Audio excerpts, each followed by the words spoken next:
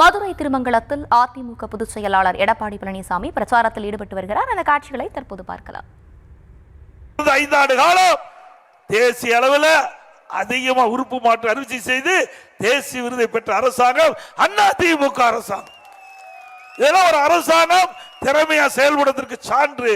திமுக ஆட்சியில ஊழல் செய்துதான் திமுக ஆட்சியுடைய சாதனை.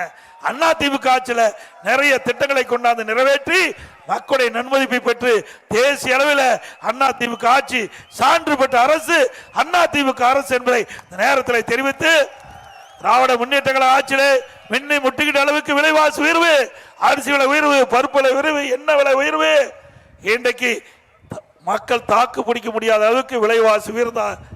இன்றைக்கு மக்களை வாட்டி வதைக்கின்ற அரசாக திராவிட முன்னேற்ற கழக அரசு இருக்கின்றது. எல்லா துறையிலும் ஊழல், ஊழல் இல்லாத துறையே கிடையாது. அப்படிப்பட்ட அரசாங்கம் தொடர வேண்டுமா?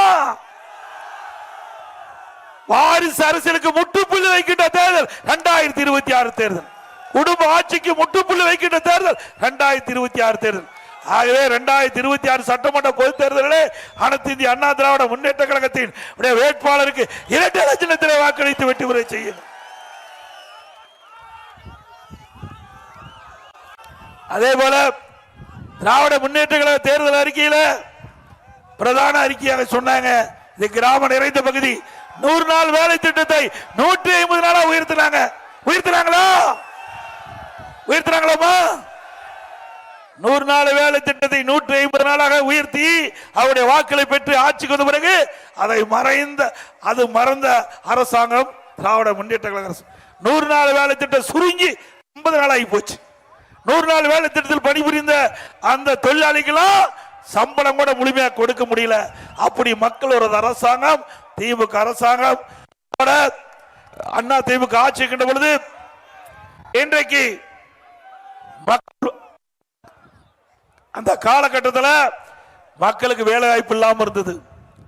இன்றைக்கு அதனால் மக்கள் பாதிக்கப்படக்கூடாது என்பதற்காக ரேஷன் கடையில் 12 மாதம் விலையில்லா சக்கரை, விலையில்லா அரிசி, விலையில்லா எண்ணெய் கொடுத்த அரசு அண்ணா திமுக அரசாங்கம். அந்த காலகட்டத்தில் மாணவர்கள் எல்லாம் பாதிக்கப்படுகின்ற சூழ்நிலை ஏற்பட்டது.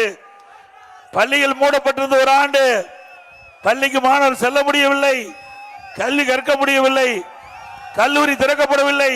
கல்லூரியில் படிக்கின்ற மாணவருக்கு ஆன்லைன்ல வகுப்பு, ஆன்லைன்ல தேர்வு, அந்த தேர்வில் பட்டம் பெற்றார்கள் கல்லூரி மாணவர்கள். பள்ளியில படிக்கின்ற மாணவருக்கு ஆல் பாஸ் போட்டு கொடுத்தோம்.